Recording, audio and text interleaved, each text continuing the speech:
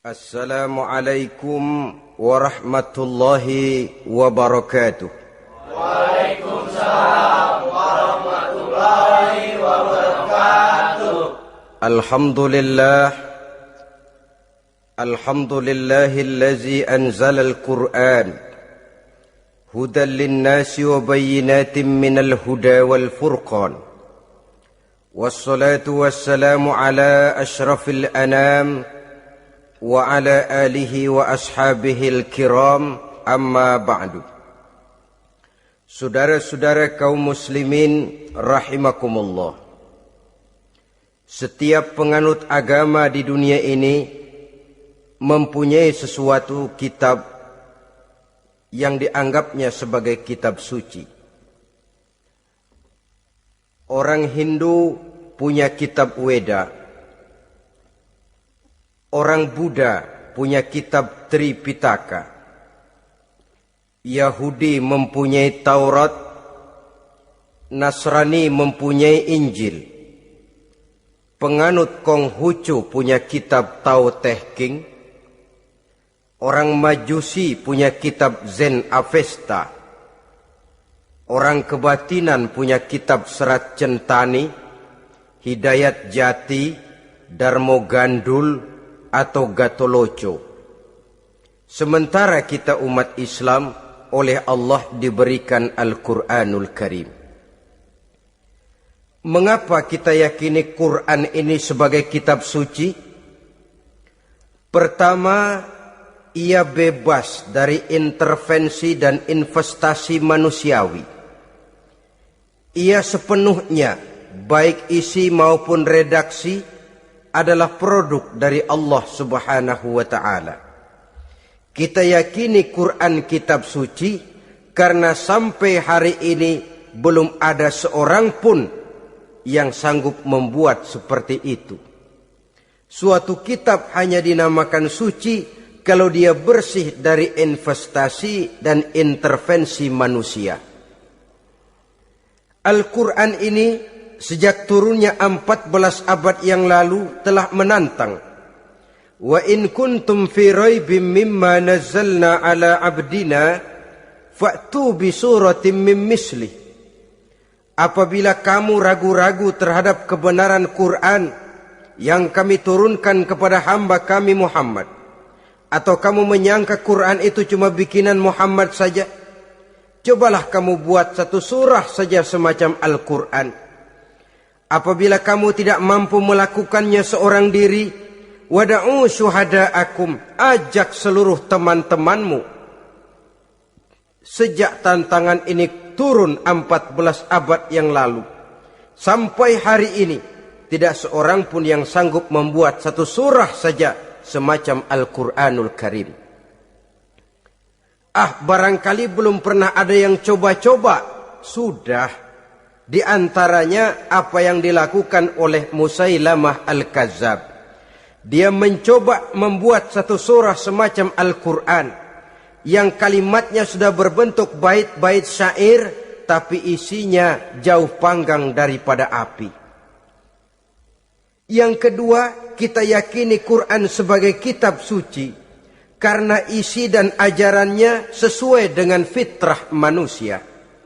Suatu kitab dinamakan suci kalau ajarannya sejalan dengan fitrah manusia. Misalnya, manusia secara fitrah, kalau dia laki-laki, normal nafsu kepada perempuan, itu fitrah. Perempuan suka kepada laki-laki, itu fitrah.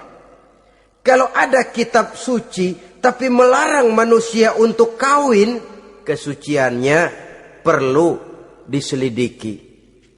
Quran kitab suci sejalan dengan fitrah manusia, maka ia menganjurkan manusia yang mampu untuk melangsungkan perkawinan. Contoh lain, secara fitrah manusia perlu makan. Kalau ada kitab suci yang melarang manusia puasa saja siang malam terus menerus, itu kan sama juga nyuruh orang mati.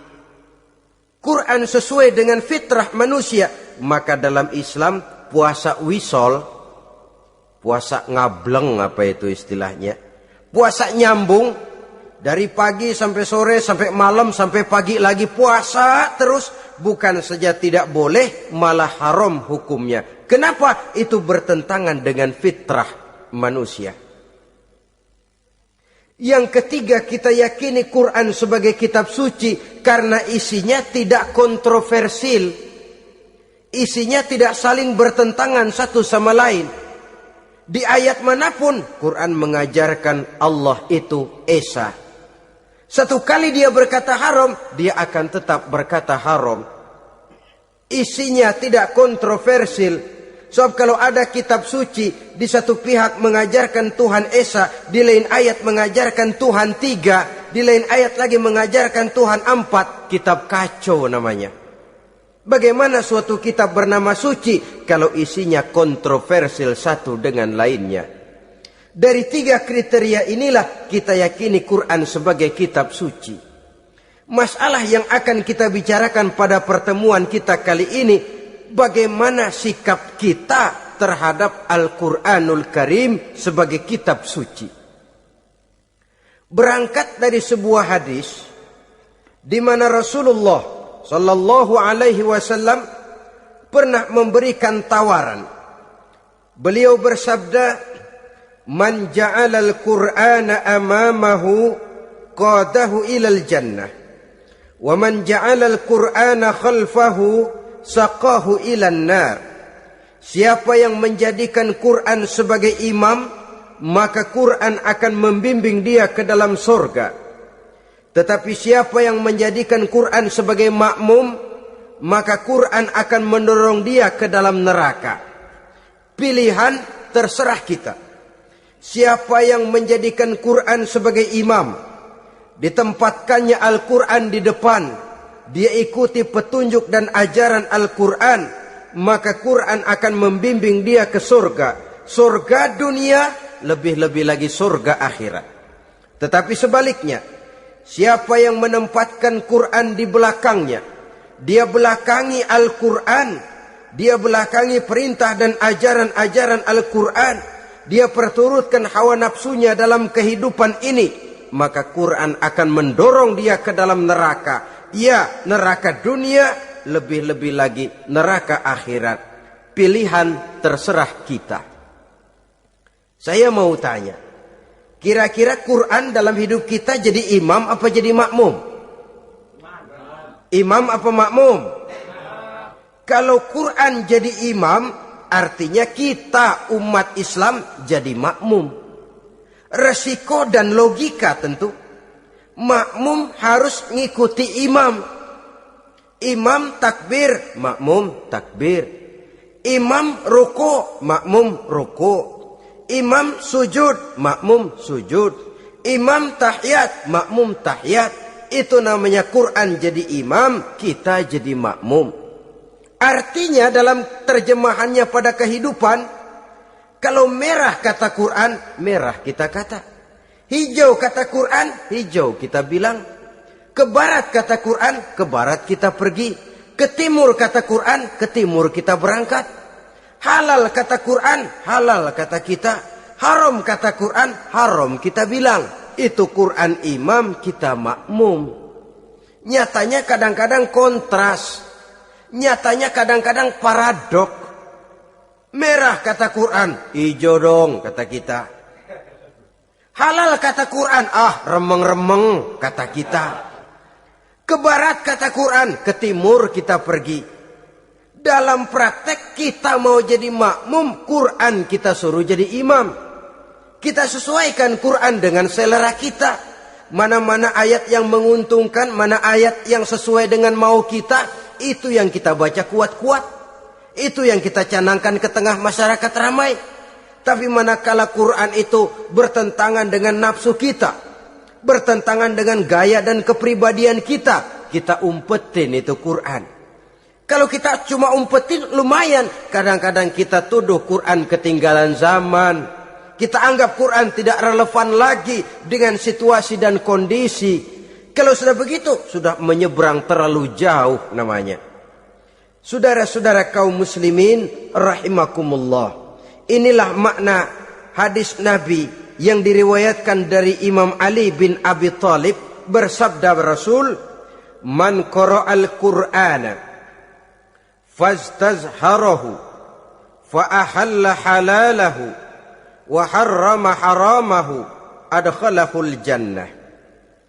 Barang siapa yang membaca Al-Quran lalu memperhatikannya, kemudian menghalalkan yang halal dan mengharamkan yang haram, maka Allah akan memasukkan orang itu ke dalam surga, ya surga dunia, ya surga akhirat.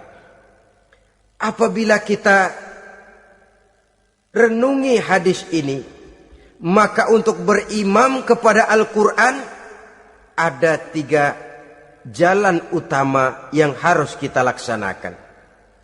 Pertama, dari kalimat man qara'al Qur'an, barang siapa yang membaca Al-Quran. Ini artinya siapa yang ingin menjadikan Quran sebagai imam di dalam kehidupan, jalan pertama yang harus ditempuhnya menanamkan kegemaran membaca Al-Quranul Karim. Al-Quran gharibun fima baina qaumin la yaqra'una. Quran akan jadi asing, Quran akan jadi aneh kalau terletak di tengah rumah orang Islam yang tidak suka membaca Al-Quranul Karim. Jadi langkah pertama, tanamkan kegemaran membaca Al-Quran. Saya tidak menyalahkan kalau remaja kita gandrung kepada Stevie Wonder. Baik kalau mereka senang kepada suara emasnya Michael Jackson atau suaranya Madonna. Tapi kalau sampai harus mengalahkan kecintaan mereka kepada membaca Al-Quran, ini ironi. Sebagai orang tua, kalau anak-anak kita buta huruf Latin, katanya menghambat pembangunan.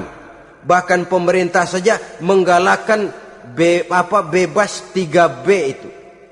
Buta aksara diantaranya, supaya rakyat bisa membaca huruf Latin. Kalau anak-anak kita buta huruf Latin, katanya menghambat pembangunan. Bagaimana kalau anak-anak kita buta huruf Quran? Jelas saja menghambat proses kesadaran dan kebangkitan dari dunia Islam itu sendiri. Satu contoh ringan. Dulu sebelum pembangunan merata, listrik belum lagi masuk desa, kampung gelap, rumah pakai lampu minyak. Kalau kita masuk kampung, terasa banyak orang Islam. Kenapa? Di rumah sebelah sana kita dengar anak muda sedang latihan baca rawi. Sebelah sini ibu-ibu sedang selawatan. Di rumah sana remaja sedang baca Quran. Pembangunan maju, listrik masuk desa. Alhamdulillah.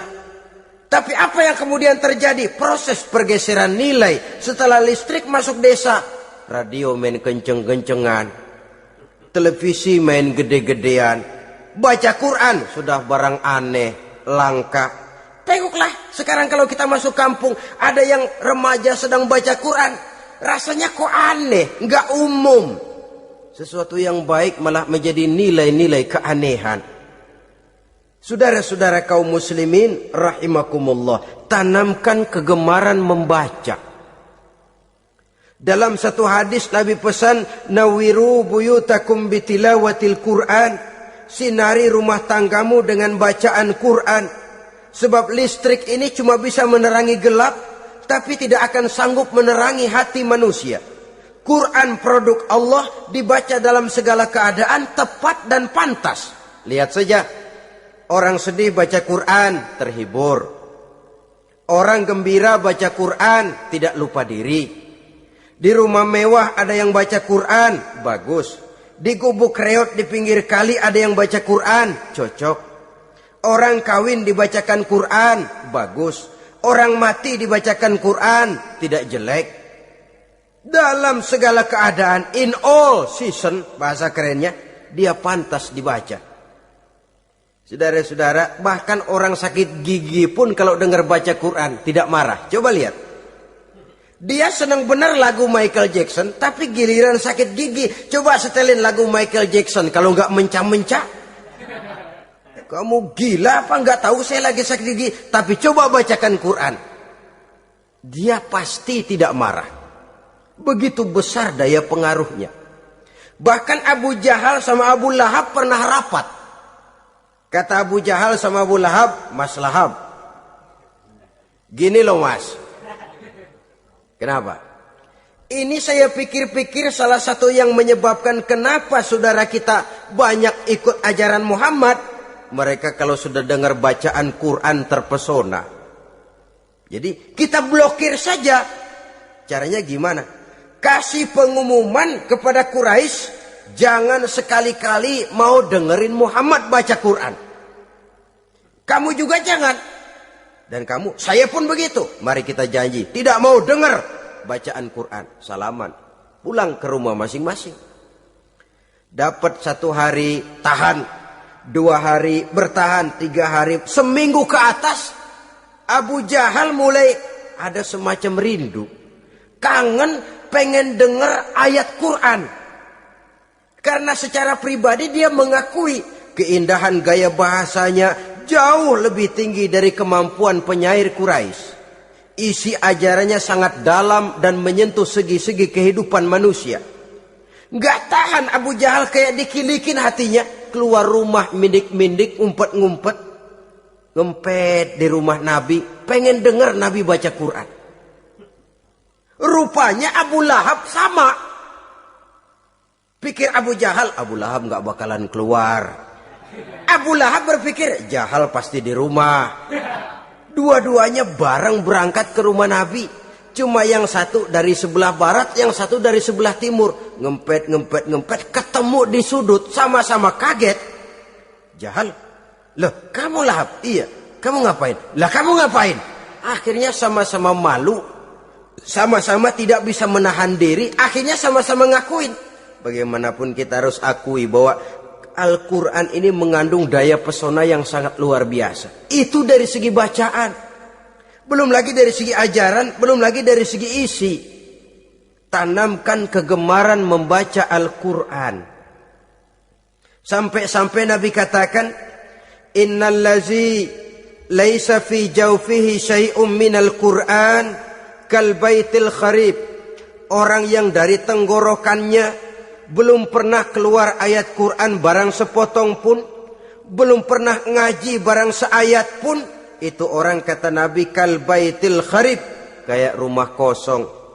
Rumah kan kalau kosong biar bagus, mewah, besar, perabotannya lengkap. Kalau kosong angker. Setan kuntilanak memedi betah benar di situ. Saudara-saudara kaum muslimin rahimakumullah. Dalam satu percontohan Nabi mengatakan begini. Masalul mu'minil lazi yaqra'ul Qur'an kamasalil utrujah. Rihuha thayyibun wa ta'muha thayyibun. Orang mukmin yang suka membaca Quran adalah ibarat buah utrujah. Baunya wangi, rasanya lezat. Kira-kira kalau di negeri kita buah apa utrujah itu? Semacam jeruk yang manis lah. Sudah baunya wangi, rasanya enak. Itu buah itu. Orang mukmin yang suka baca Quran kayak buah itu. Baunya wangi, rasanya enak. Artinya syiarnya hidup, isinya memang orang mukmin. Sebaliknya, wa masalul mu'minil lazi la yaqra'ul Qur'an kamasalit tamrah la riha laha wa ta'muha hulwun. Orang mukmin yang tidak suka baca Quran kayak korma. Rasanya emang manis, cuman kagak ada baunya. Artinya apa? Syiarnya kurang. Kalau orang belum tapi kenal kan kagak mau makan korma. Kenapa? Nggak ada baunya. Daya tariknya kurang walaupun rasanya enak. Kalau daya tariknya nggak ada, kan nggak ada iklannya, tidak ada syiarnya. Itu orang mukmin yang tidak suka membaca Quran. Ibarat buah, nggak ada baunya walaupun rasanya enak. Orang kurang tergerak, kurang syiar, kurang daya tarik. Sebaliknya, wa masalul munafiq allazi yaqra'ul Qur'an kamasalir raihanah rihuha thayyibun wa ta'muha murrun. Orang munafik yang suka baca Quran seperti buah raihanah. Apa itu? Baunya wangi, rasanya pahit. Orang munafik baca Quran kayak buah itu. Baunya sih enak, cuman rasanya pahit. Ya munafik baca Quran. Syiarnya sih lumayan, daya tariknya hebat, isinya munafik. Nah, paling jelek orang munafik yang gak suka baca Quran. Wa masalul munafiqil ladzi la yaqra'ul Qur'an kamasalil hanzalah laisa laha rihun wa ta'muha murrun.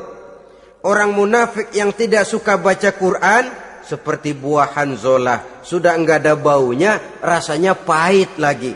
Kalau buah pacek kali. Udah baunya kagak ada, kalau dimakan bikin orang celeng. Saudara-saudara kaum muslimin rahimakumullah, tanamkan kegemaran membaca Al-Quran. Karena membaca Al-Quran merupakan ibadah yang besar. Bahkan kata Nabi, afdalu ibadati abdi qiraatul Quran. Nilai ibadah yang paling baik dari hambaku adalah ibadah membaca Al-Quran. Dalam solat pahalanya lebih besar di luar solat daripada di luar solat. Dengan wudu pahalanya lebih besar daripada tanpa wudu. Mengerti pahalanya lebih besar daripada tidak mengerti. Tapi tidak mengerti pun jangankan membaca, mendengar saja orang baca Quran dengan baik sudah didoakan untuk mendapat rahmat. Berpahala mendengar bacaan Al-Quran walaupun tidak mengerti. Apalagi membaca sendiri, apalagi mengerti apa yang kita baca, tentu pahala itu akan jauh lebih besar.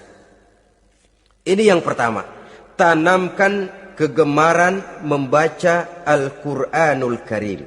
Untuk berimam kepada Quran ini, sekali lagi pertama, tanamkan kegemaran membaca.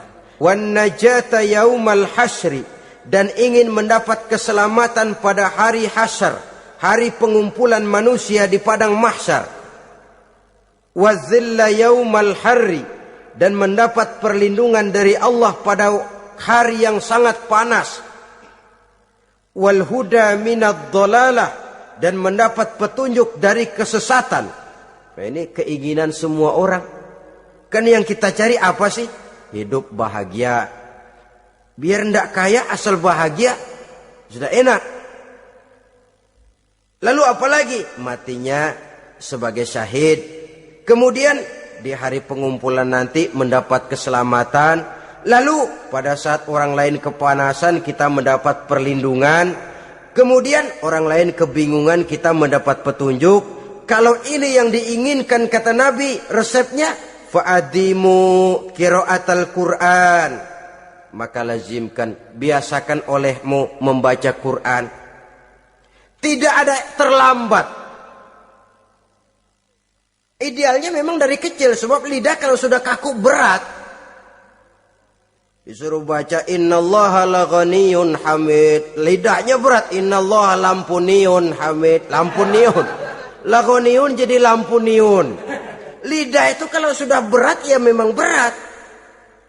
Disuruh baca ya bani Israel, lidahnya berat. Ya bini Siroil gitu. Jadi ya bini Siroil. Saudara-saudara, idealnya memang dibiasakan dari kecil supaya lidah itu ringan. Kalau tidak ada istilah terlambat. Saya malu pak, belajar alif-alifan udah gede. Ya jangan alif-alifan, alif beneran. Alif-alifan kapan bisanya? Alif beneran yang dipelajari. Tidak ada istilah terlambat, tidak ada istilah malu untuk belajar Al-Quran ini. Saudara-saudara kaum muslimin rahimakumullah. Ini sugesti untuk menanamkan kegemaran membaca. Terima kasih atas segala perhatian. Mohon maaf atas segala kekurangan. Usikum wa nafsi bitaqwallah. Wassalamualaikum warahmatullahi wabarakatuh.